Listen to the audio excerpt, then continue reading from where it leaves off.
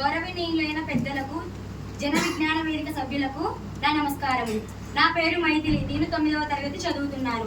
ZPHS పులిందకొండ. నేను ఈరోజు plastic కాలుష్యపు నివారణ అనే అంశంపై మీతో కొన్ని విషయాలు పంచుకుంటున్నాను.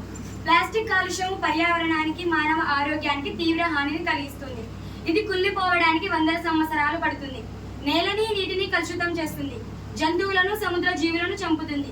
ప్లాస్టిక్ నిషేధం పర్యావరణ పరిరక్షణకు, భవిష్యత్తు తరాల కోసం అత్యవసరం. ప్రత్యామ్నాయాలు అనగా జూట్, కాగితపు సంచుల వాడకం పెంచడం ద్వారా ప్లాస్టిక్ రహిత సమాజాన్ని నిర్మించవచ్చు. ఆధునిక జీవితంలో ప్లాస్టిక్ ఒక అంతర్భాగం అయిపోయింది. తక్కువ ధర, తేలికగా ఉండడం మన్నిక వల్ల దీని వాడకం విపరీతంగా పెరిగిపోయింది. అయితే ఇది పర్యావరణానికి ఒక పెద్ద ముప్పుగా పరిణమించింది. ప్లాస్టిక్ వ్యర్థాలను సకాలంలో నియంత్రించకపోతే భూమి నివాసయోగ్యం కాకుండా పోతుంది. ప్లాస్టిక్ వాడకం వల్ల నష్టాలు. ప్లాస్టిక్ బయోడిగ్రేడబుల్ కాదు. ఇది నేలలో కరిగిపోదు. సముద్రంలో చేరి జలచరాలకు హాని కలిగిస్తుంది.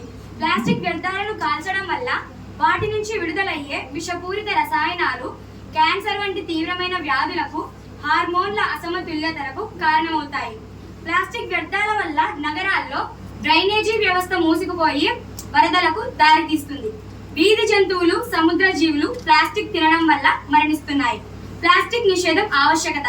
ప్లాస్టిక్ ని పూర్తిగా నిషేధించడం పర్యావరణ పరిరక్షణకు ఏకైక మార్గం. సింగిల్ యూజ్ ప్లాస్టిక్ వాడకాన్ని తగ్గించి బయోడిగ్రేడబుల్ ఉత్పత్తులను ప్రోత్సహించడం చాలా అవసరం. ప్రత్యామ్నాయాలు: క్లాత్ బ్యాగ్స్, జూట్ బ్యాగ్స్ ఉపయోగించాలి. గాజు లేదా ఉక్కు పాత్రల్ని వాడటం. కాగితపు ఉత్పత్తులను ప్రోత్సహించడం. ప్లాస్టిక్ పునర్వినియోగం. ప్లాస్టిక్ బాటిళ్లు, వాటిని ప్లాంటర్లుగా, వేలాడే కుండలుగా లేదా తోట వ్యవస్థలుగా కత్తిరించండి. వాటిని కిడ్డీ బ్యాగ్లుగా, నీళ్ల డబ్బాలుగా, స్ప్రింక్లర్లుగా మార్చండి. అయితే ప్లాస్టిక్ కి ముగింపేంటి? ప్లాస్టిక్ కవర్లు పర్యావరణానికి శాపాలు. ప్లాస్టిక్ ని తగ్గించడం ప్రభుత్వ బాధ్యత మాత్రమే కాదు, ప్రతి పౌరుడి కర్తవ్యం. ప్లాస్టిక్ వాడకాన్ని తగ్గించి పర్యావరణాన్ని కాపాడుకోవాల్సిన సమయం ఆసన్నమైంది. ప్లాస్టిక్ వాడకండి, ప్రాణాలు తీసుకోకండి. ఈ అవకాశం ఇచ్చిన పెద్దలకు నా ధన్యవాదములు.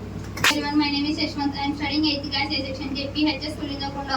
Respected elders and members of Jana Vijnana Vedika. Today I am speaking about a great scientist of C.V. Raman. C.V. Raman was a great scientist. He was born in November 7, 1888 in Tamil Nadu.